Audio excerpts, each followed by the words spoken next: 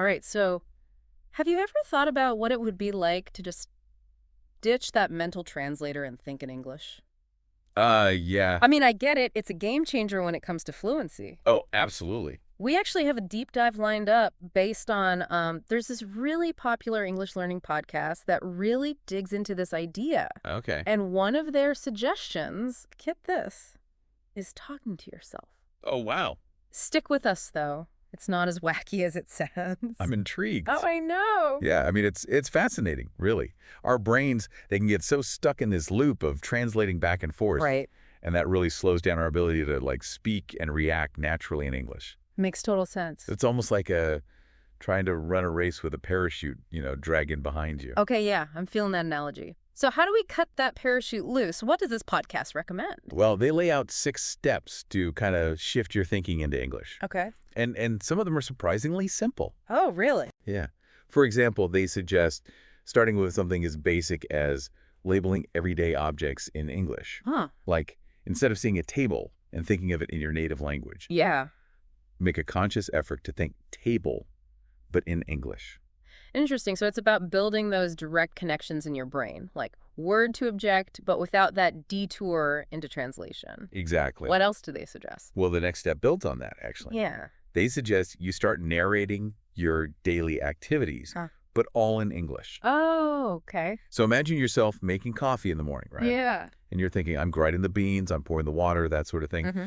It's about getting used to forming those full thoughts in English, even for those mundane tasks. I actually tried that once, and my cat started giving me really weird looks.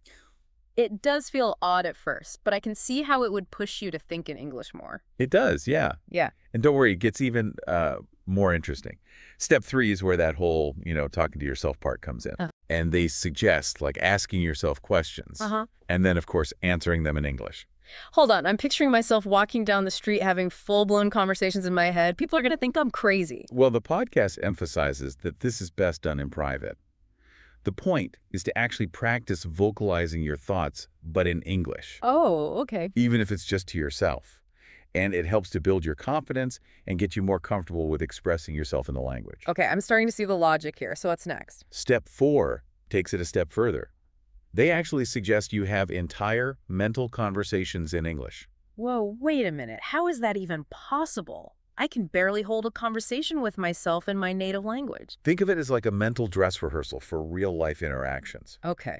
So imagine scenarios like ordering food at a restaurant, or asking for directions, or even debating a friend about a movie you just saw, Uh-huh. right? And you play out the entire conversation in your head, Wow. anticipating what you'd say and how you'd respond, but all in English. Oh, okay. And the more you do it, the more comfortable you'll feel in actual conversations. So it's like prepping your brain for those real-world English encounters. Exactly. That actually makes a lot of sense. What about step 5? What's their advice there? Step 5 is all about becoming a more active listener. Okay.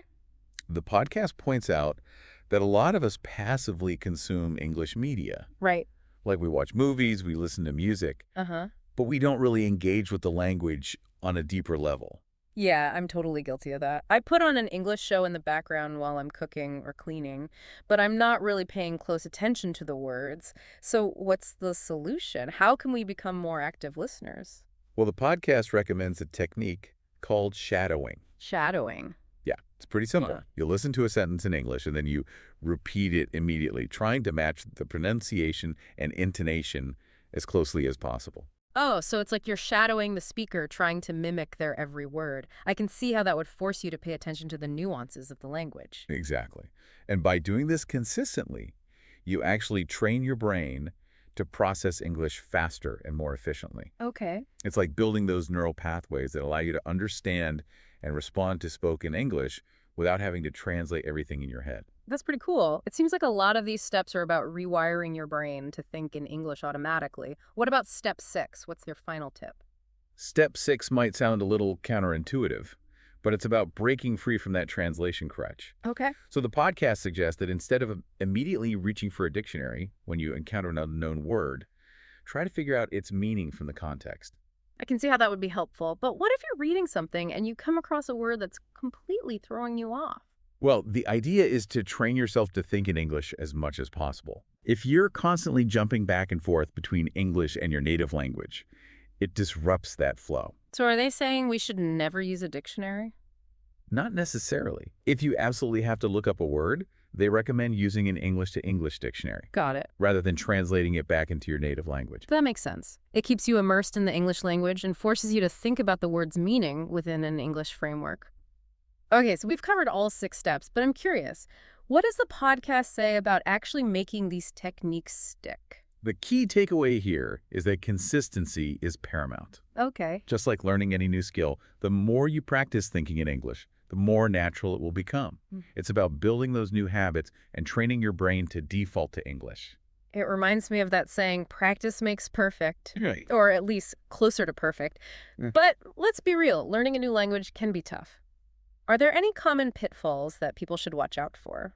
One of the biggest mistakes people make is getting discouraged when they don't see results immediately. Yeah. Remember, this is a process. Right. It takes time and effort to rewire your brain to think in a new language. It's like going to the gym. You're not going to see a six-pack after one workout. Exactly. You have to stick with it and trust the process. And just like with physical fitness, it's about finding those small wins that keep you motivated. Oh, okay. So celebrate those moments when you catch yourself thinking in English without even trying. Mm-hmm. Those are signs that you're making progress.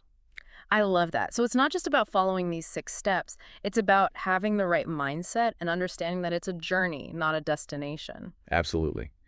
And another common pitfall is relying too heavily on one particular technique. Okay. Remember, these 6 steps are meant to work together. Right. It's about finding a balance that works for you and integrating them into your daily life. So it's not just about labeling every object in your house or having imaginary conversations all day long. Right. It's about finding a way to incorporate these techniques into your routine in a way that feels natural and sustainable. Precisely.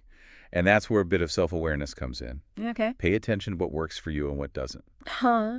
If you find that you're constantly getting stuck on a particular step, don't be afraid to adjust your approach. It's all about experimenting and finding what resonates with your learning style. What about motivation? How do we stay motivated when the going gets tough? One powerful motivator is connecting with other learners who are on the same journey.